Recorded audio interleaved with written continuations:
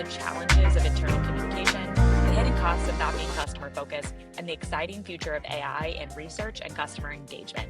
Join us as we decode the signals that drive successful product marketing and customer relationships. Hello, welcome to the CX Signals podcast. It's so great to have you. Thank you. I'm so excited to be here. Well, please introduce yourselves to our lovely audience. Tell us a little bit about who you are, what's going on in your world over there. Hi, everybody. I am Marin Conradi. I am in San Diego, California, and still sunny. It's when we're recording this is around Christmas time, so I'll never get used to that sunniness during Christmas. And I currently am the head of product marketing at Hey Marvin, which is a solution for researchers, designers, product managers, product marketing folks to connect with customer insights across their org. You and I met each other thanks to LinkedIn. Like, we didn't know each other 6-7 months ago. All thanks to you wrote a beautiful post on LinkedIn that really spoke to me. And I was like, hey, you sound great. Can we connect? And you were at the time looking to build an academy. We initially connected on that, but big shout out to LinkedIn because we're here today because I love it when you can find LinkedIn friends. Same. I think LinkedIn initially was about the power of community, and I have realized from it that everybody on the other end of LinkedIn is a real person. And I wrote that post looking to try to build our first academy at Typeform, and people were recommending you. And then when you commented on it, I was like, oh, a celebrity. So very excited. Yeah, celebrity sightings on LinkedIn. I love it. But it's great. And, what we're going to talk so much about too is that that human connection element, being able to connect with customers. And we forget it for ourselves, right? Like, we're both people, we're both trying to build things. How can we do that? What does that look like together? So I'm excited for our conversation. We're going to go through a bunch of different stuff, but I want to ground our listeners into where your expertise is, right? You've spent a lot of time in product marketing, gotten customer academies started. Walk us through the moment when you really started to see these things come together: customer research, advocacy, product feedback, community. Like, they're not talking to each other. And that was sort of the problem that you started to see kind of come to light. Tell us a little bit more about what got you to that realization. Yeah, I think that I realized that I've always been quote unquote customer obsessed. So all of my roles have been around customer obsession. And I started out as a researcher, and that's like the ultimate customer obsessed because they're just trying to deeply understand people. And then I found that there's a role in marketing that allows you to focus on that, which is product marketing. And then product marketing naturally starts to dip its toes into customer marketing and customer research and working with the product team. So I've always been able to see this connection of customer research, customer advocacy, and customer experience. And I think that's where I've tried to keep my career because I don't think our work is done. I think everybody consumes so much every day, and we use so many tools and so many apps, and so many of them are still quite shitty. And so I think there's still quite a bit of work to do, and I'm happy to be working on it. Well, and that can also, one of the conversations I don't feel like we have enough is the hidden cost of not doing some of these things, not being customer focused, not being able to connect those things. Have you seen that in the organizations you've worked with, the cost of this sort of bifurcated, not talking to each other system? Yeah, I think there's obviously costs and the slowness to market that you may have, and you'll have churn as a business and all of those things that are quite obvious. But I think the thing that we don't talk about enough is how much customers actually suffer from your own internal chaos because they aren't there when you make all of your decisions and have all of your discussions. They're just there for points in time. And usually it's because they're trying to get something done, and if you create any friction for them in that, they aren't committed to you anymore. Nobody is committed to anything anymore. And so if you lose them, they rarely come back. So I think that's made the pressure higher for all of us, especially who design and work on software, to raise. Yeah.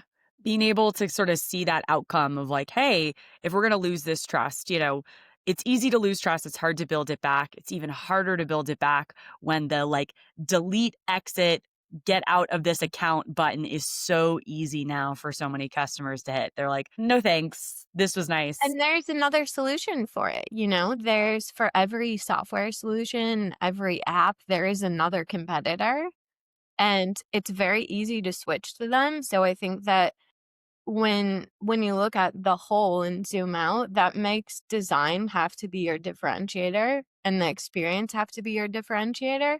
And the way that you make that means you have to deeply understand the people that you're actually designing for. And that's where I think it gets hard in organizations, especially as they get bigger, because all of that information is like all over the place. Yeah. There's no centralization. There's no one base, one spreadsheet. Before we got on, we were talking about, Excel. The power of Excel is Yeah. still there. There's no one Excel sheet for all of this. Yeah, there's support tickets, there's customer success has conversations, the sales team has conversations, the customer marketers are doing interviews, the product team's asking for feedback and beta users, the marketing team's asking for quotes. Like everybody is generating something, and then you have all of these analytics dashboards, and all of that can create a lot of noise. And I think it's hard to see through the noise for a lot of companies, but that's why I've always been kind of obsessed with this space is if you could cut through the noise and actually get everybody aligned around what customers really want, then you get to spend more time being creative. And I think that's why all of us got into our jobs in the first place is because we wanted to solve hard problems for people, and getting back to doing that would be great. I don't know Yeah. if the listeners, resonate with that as well, but I feel like we've all spent a lot of time doing a lot of things that are not the job that we wanted to do. And that's kind of the signal that we need to kind of come back to with a lot of our CS, CX, customer education, product marketing, for our teams, we have to get back to like, what is the signal from the customer?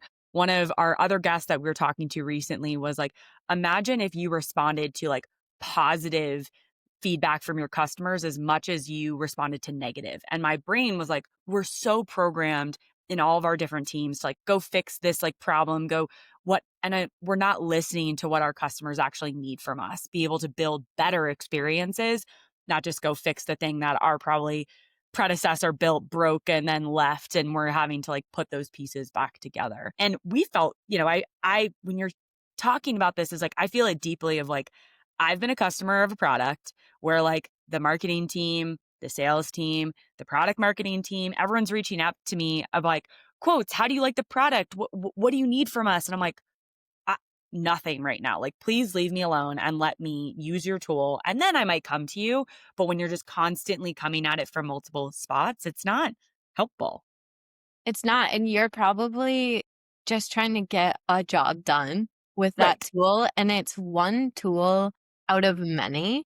So I think that companies tend to overinflate how important they are in people's lives because they're thinking about that and their own solution all day, every day, which like great, that's your job to do that.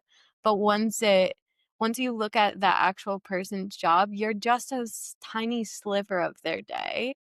And I think every company tries to make it as if they're the whole world for that person and that you cover their whole end-to-end use case. And there are very few tools that I think exist in the world that I'm like, this covers everything I needed. And I wouldn't want one thing I like diversity. I like to mess around with different tools. And I probably the undercover spicy question in here is like, the customer QBR. Like when you sit down with your customer, you try to get them on the phone to talk about the success of how they've been using your tool. If you are one of 15 tools they use and you're demanding a quarterly business review, I don't like to talk in these terms. Like I see the death of the like customer QBR coming up real quick on us. Like there's got to be a better way for us to listen to our customers without being like, okay, Marin, can you get on the phone with me? in January and tell me all the things you don't like about my product. And you're like, cool. If I did that for every single tool I use, I would never get anything else done. I would never continue to use your tool. So the problem is here. We like know what's up. Can you help us paint a picture of like the future, where we want to go? Like, how do research, advocacy, product marketing, education community, how could they work together actually in practice? What does that look like? What does it look like for you? Maybe with Hey Marvin as a tool in the mix as well. Yeah, I think what it looks like for the future is first, they all need to actually be working with each other and talking to each other internally. So I think that that is where product marketing has always been interesting to me as a bridge where you get this unique vantage point where you can see all of the different projects people are working on and how they connect together. So I'll use a good example that I think maybe relatable to a lot of companies is your first time user experience. So Mm, that is something that people are always trying to optimize because you want to shorten the time to value as as quick as you can get people to find value in what they're doing inside of your app. That project usually is touched by a growth PM. Maybe you have a customer lifecycle marketing person. Maybe the demand gen person's also working on it. Customer success is in the mix. But usually each of those teams are optimizing a portion without working on it together. I've seen it happen in many companies. And so if you can just get people internally to speak together and be on the same page, that I would say is the first step. And then looking at it from the actual standpoint of your customers and putting yourself in their shoes. So that means you have to talk to them as well and listen to them as well so that you can see what are they trying to accomplish and are you removing all of the blockers that are in the way. And I think that this kind of project often gets deprioritized because it is a hmm, little bit boring. People like to work on the sexy newest thing, but it is yeah, the most important because if people can't get to value really quickly in your app or any experience that you have, they will leave. And then all of the sexiness that you created doesn't matter. And so I think getting those teams to talk to each other and then talk to customers and then design the experience that actually removes blockers is what needs to be done. From Marvin's standpoint, Marvin's pulling together all of the different signals from all the different tools people use. So I think we all use more tools than we've ever used in our life. There's like so there are so when you onboard to a new company, there are so many new logins and passwords oh, that you get. I I can't even, I mean, right now I'm like looking at my tech setup. I'm like, okay, how many applications do I have open in this moment to Yeah. make this recording work?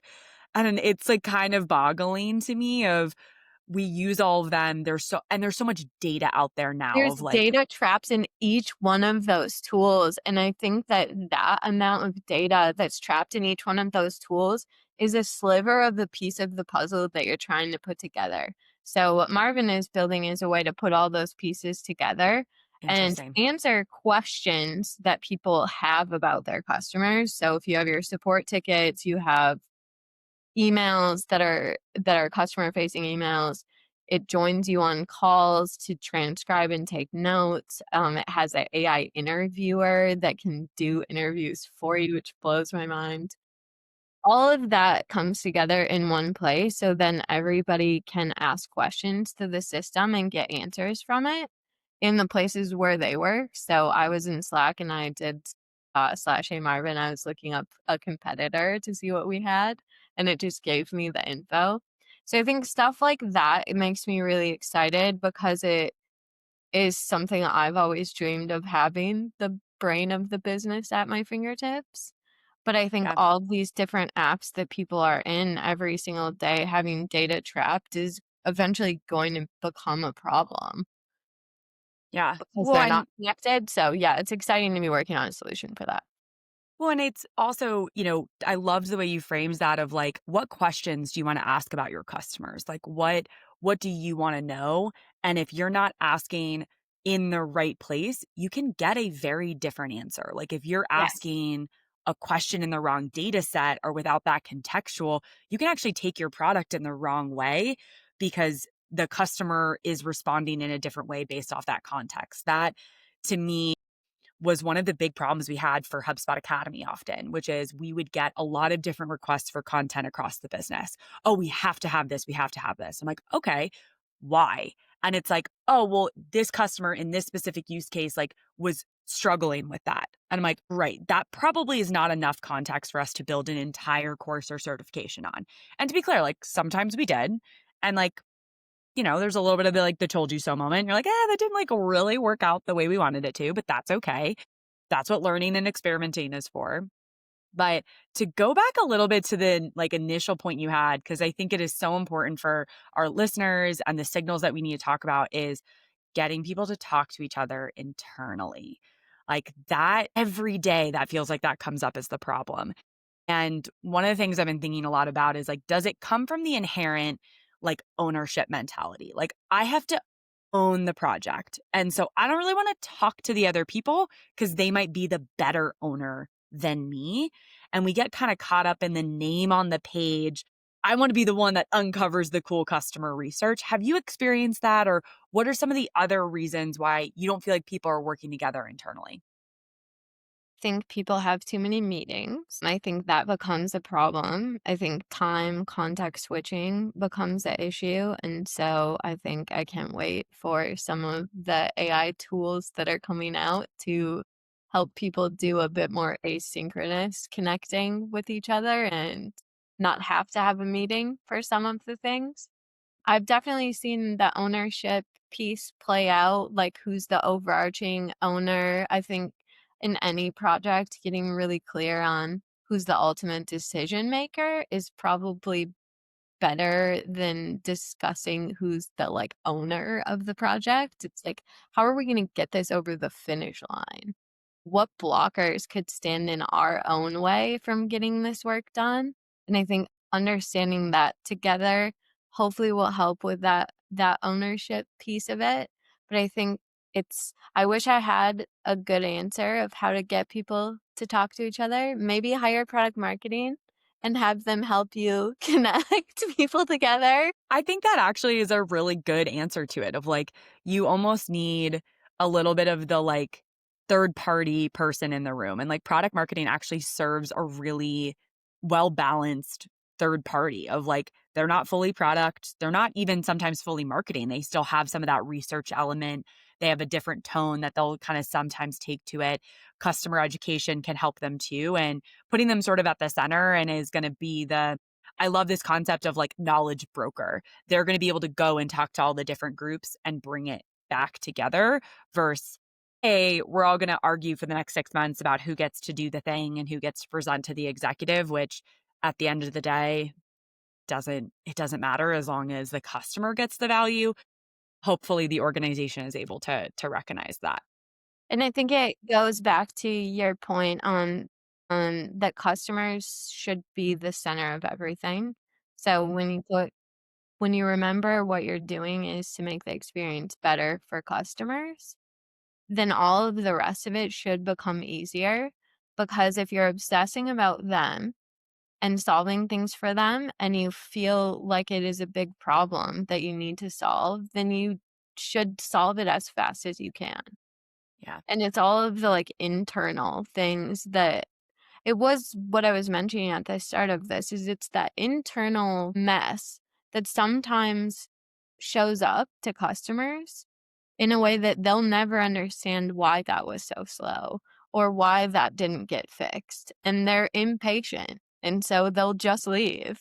And so I think that we all need to figure out a way to just keep customers front and center and deliver the things that they actually are asking for very quickly and then get their feedback on it. So I think like a lot of times we're slower to market than we should be. AI tools are helping make this faster, but I don't think that that should compromise on quality. So I think getting things out fast is great, and getting feedback from people helps then turn it into, something that actually solves their problem and they feel heard and they become your advocate.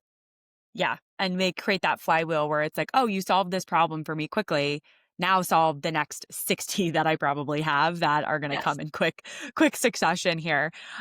You've said this before when we've chatted, which is like in 2025, 2026, everyone is a researcher. Everyone needs to be focused on, like, customer intelligence. Tell us a little bit more about that. What does that look like in an organization? Or for some of our listeners, how can they be identifying more as a researcher in their work?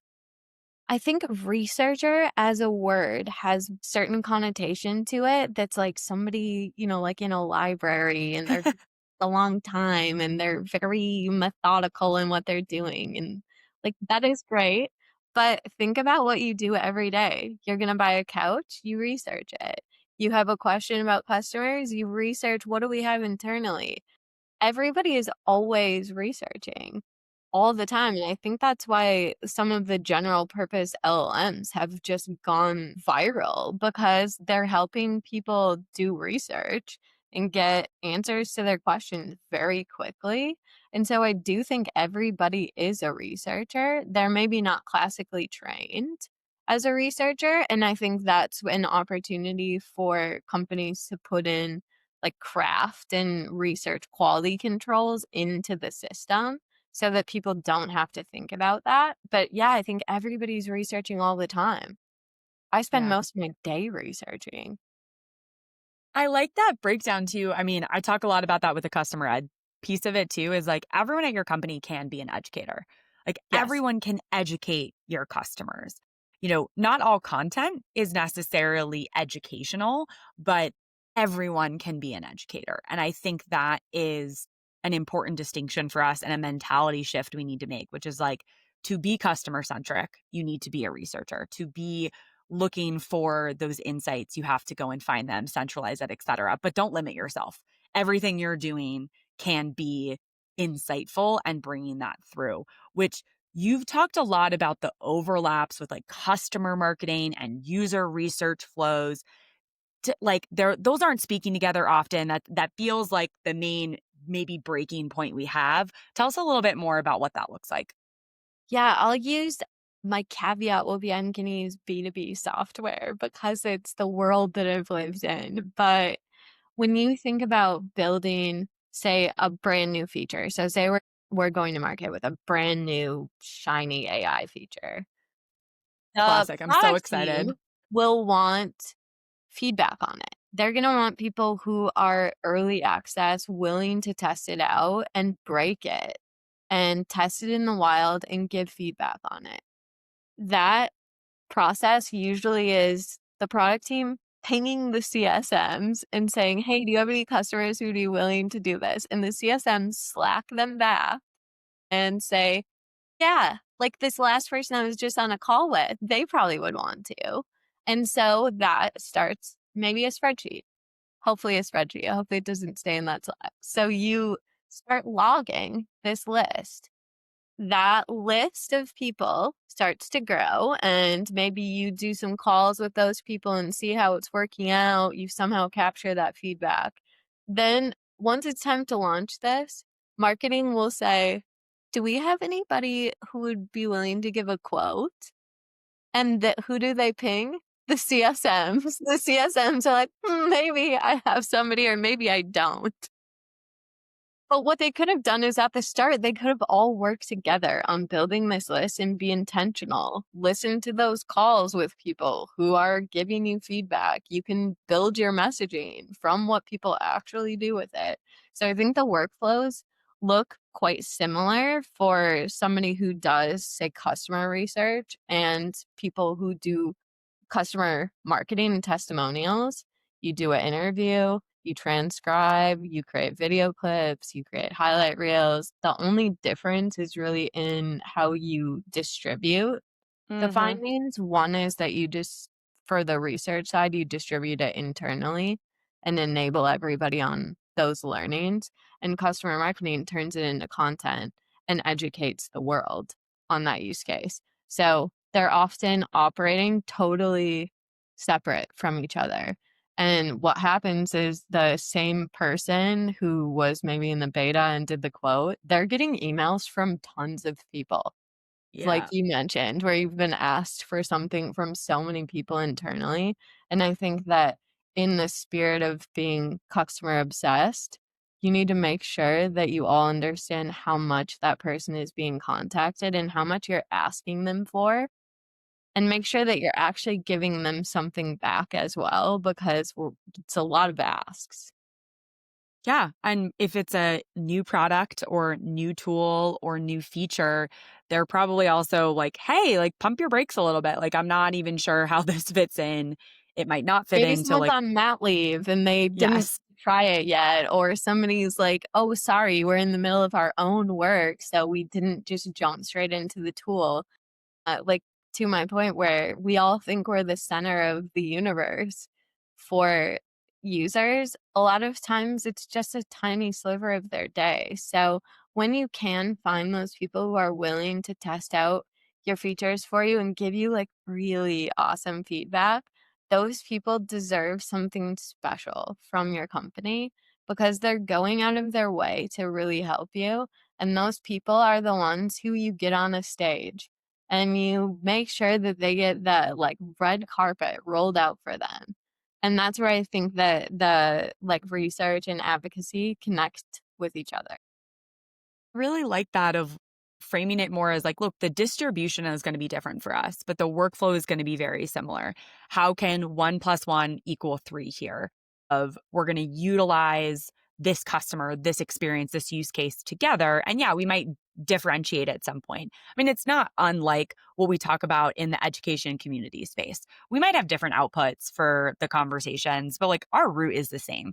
We want to find really good business outcomes that we can educate our customers on, help them get that and get it out the door, put it in different places in their workflows and call it a day. Again, distribution might be different, but like we should be working together to have those conversations. And centralize your ask. So if the CSM is the point of contact, which they should be if it's a dedicated CSM, then have them like start with intention. Say, hey, you're going to test out this feature. Here's the timeline that we are expecting people to test it. Within this testing period, we'd love if you could commit to maybe a 15 and 25-minute call and maybe just send us ad hoc feedback as you're trying it because we want to hear everything that we can to make sure that this solves the problem that we're wanting to solve for you. And if you end up liking it, we would love to have people give us testimonials so that you can get that ball rolling because doing a testimonial requires a lot of back and forth with the two marketing teams. So if they're willing, then the marketing team can start getting that ball rolling with the legal or whatever they need to do with that brand. So I think it's like starting with intention and making sure that you have the right people working together and thinking through the whole of what your ask is because people are more than willing to help, but not if you do it piecemeal. Right. And then that poor CSM, right? Where Yeah. they're sort of at the center and they're like, hey, I'm actually the one with the relationship with the customer. And if you keep sort of like burning these bridges on either side at renewal, I might not actually get what I'm looking for with that customer, which does impact the customer, but it also impacts the business, me and my numbers. And you're sort of putting them in that rock and a hard place. And you can see how that turns into, a snowball effect. You do that to enough CSMs, they start putting up the blockers. I don't want to talk to you Or all. like, we don't want you messing with this as a deal. Yeah. It's one of the things that I've always found really interesting about particularly about early access and wait lists for capabilities is if you invite people always say, let's invite the best customers, the people who are most excited about this. I often also would like some people who are on the fence about the actual product Yeah. because those people, if you give them a chance to be heard, can turn from being a bit of a detractor into being a raving fan. And it is very shocking how fast that can happen by just giving people the chance to be part of the building and feel like they're heard. And I think that special treatment can go a really long way to keeping customers happy and keeping them loyal. And that's the human element of all of this, which is AI can't replace that. Like It AI can't. can help you do so many things, but hey, I'm going to reach out to you. I see your value. I'm going to hear you human to human.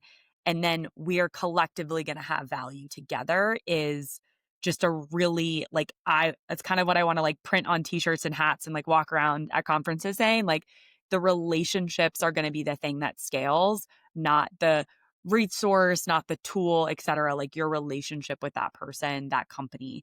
And I love that framing of like, I want to hear from the people who are struggling on the fence or just like have big opinions. Like, I want to know what they think because in all reality, they're the majority, not the minority.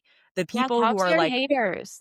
yes, the rah rah cheerleaders, yeah, it's great to have them, but they're also always going to be a smaller percentage And their of your overall. blinders are on, like, they're a little bit more forgiving to you. I think that you should definitely talk to your haters. I've read something, I'm sorry to whoever wrote this in case you listen. I don't know who to properly shout out, but I read something on LinkedIn yesterday that was about asking people why they would fire you. Like, if I were to get Ooh, fired, why would that be? And I think that's an interesting concept to bring to customers as well, which is like, why would you leave us? Not saying yeah. you are, but why would you? And you might uncover something golden in there about why they would leave you. And that may be interesting information to gather together as you're planning out your roadmap to make sure that you understand those potential areas where people are getting frustrated and you could fix it. Right. And because that if you catch it early enough, you can fix it. And that's the powerful piece. Don't let it be at the point where they're like, nothing can turn around this relationship. I'm done. I don't care what you throw at me. I'm walking out of here. My bags are packed. Like if you listen early enough, and the signals are always there. I think that, that's a big element of the what we've been talking about on this podcast is the signal is there. You just need to like go in, pick it apart, uncover it and make sure you're able to listen in those right areas. All right, I have a couple more questions for you to give our listeners some perspective on. Any advice for all of our listeners going through this? What's going to be the reality? So let's say you're in the perfect world, you have all the research, everyone's talking together. What are some of the things that you look for as signals in the research? Different. We just touched about it a little bit of like different questions that you're asking. We've got the data now, like, what am I doing with it? And how can I make sure I get the right information out of it? I think this is an area where I'm most excited about AI. So, a lot of the AI capabilities, like one that Hey Marvin has, is a deep research capability. And so, I think these kind of deep research, deep thinking tools are helping people explore possibilities in a way that it used to be harder to do. So now you can ask them to surface themes for you or think harder across multiple projects or sets of data through. So I think that is, as a very curious person, I think that's the interesting part of some of these tools is that it will be your thought partner and help you explore what could be next. I think that's so exciting. And that's where the true researchers, I think, become even more valuable to Yeah. organizations because there is the answers that there's, things you currently have answers to that you just couldn't unlock before. And then there's things that you still need to explore. And I think that researchers have always wanted to spend more of their time on like exploratory, big strategic work and these kind of studies that you do that help shape markets and create new categories and to really solve problems that people haven't solved yet. Those things require you to actually do a lot of research out in the world. And that's where I think there's interesting new tools coming in that help you collect that kind of information at a scale you never could before and across cultures. So it used to be Mm. really kind of just whoever was on panels that you could get access to. A lot of them are paid participants, so it's kind of creating an echo chamber. Now you have the ability to ask people questions across the globe, get them automatically transcribed back into the language that you speak so you can interpret it. I love that point on the global access element because it's so true. Like we for so often, particularly for North American based companies, yeah, you want to go into other markets, but you're never talking to prospects in those markets ahead of time. You're very limited research. You get the research back. No one speaks that language. The translation is expensive. We've all lived that conversation. It's like, oh, I'd have loved to talk to somebody in Australia about this or Japan, but it was just going to take a really long time. So we'll do it next round. And it's like, no, now technology has caught up to the strategies that we want to deploy for our customer experiences, which gives me a lot of hope for where the industry and these tools are going as well. I think that the technology that I see being created now helps your dreams get bigger. And Hmm. that is such an exciting time to be in this space. You can either be afraid of it or you can embrace it. And I think if you embrace it and think of it as making dreams even larger, it's limitless. And I think to my point at the very start of us talking about how a lot of apps have a long way to go. And that's for users that can actually see and type and hear. We haven't designed well for accessibility on any application that I've used yet. And we haven't designed for across the globe. And so I think there's so many opportunities for people to make everything more accessible, to make it actually feel personal, which we like as marketers, we love personal. We love the personalization. Yeah, and I think that we've all been trying to figure out ways that we can make people feel like something is designed for them and it's getting closer to possible. All right, before we wrap up our conversation, if you could leave our listeners with a piece of advice, either for the industry, for themselves, on bringing these customer experiences to life, what would you leave with them? I would leave them with to stay curious. I think that a lot of people are afraid of job loss right now, or tools are getting quite good at certain things and it makes them feel scared. I would say stay curious about it and also keep reading actual books and using your judgment because judgment is going to become more important than ever. Being able to discern what's actually true and what is not is a critical thinking skill that I hope doesn't get lost, and keep using your brain, you know? Brains are powerful. We want to have opinions about things. And I think that's something that I see we could lose very easily if all of our opinions are coming from the same source. I will add on to that, read books, read physical books, keep Yes. bookstores in business, please. People use your money to give those tiny bookstores some support because one day I really hope my children aren't like, what was a bookstore, mom? Like, I would love to be able to take them to one. So I plus one that a lot. For the listeners here who would like to connect with you, where can they connect with you? What are some things that you'd love to talk to them about? Yes, you can find me on LinkedIn. I am happy to talk with you about any of the topics that we've covered here. I'm also a huge environmentalist, so I am happy to talk to anybody about environmental ideas that they have. And I'm also a mom of a 5-year-old, so I'd love to hear working parent stories. Amazing. Thank you so much for coming on to CX Signals and helping us decode the signals in product marketing, research, customer intelligence. We really appreciated having you here. Thanks so much. Thank you. I'm honored to be here. Awesome. Bye, everyone.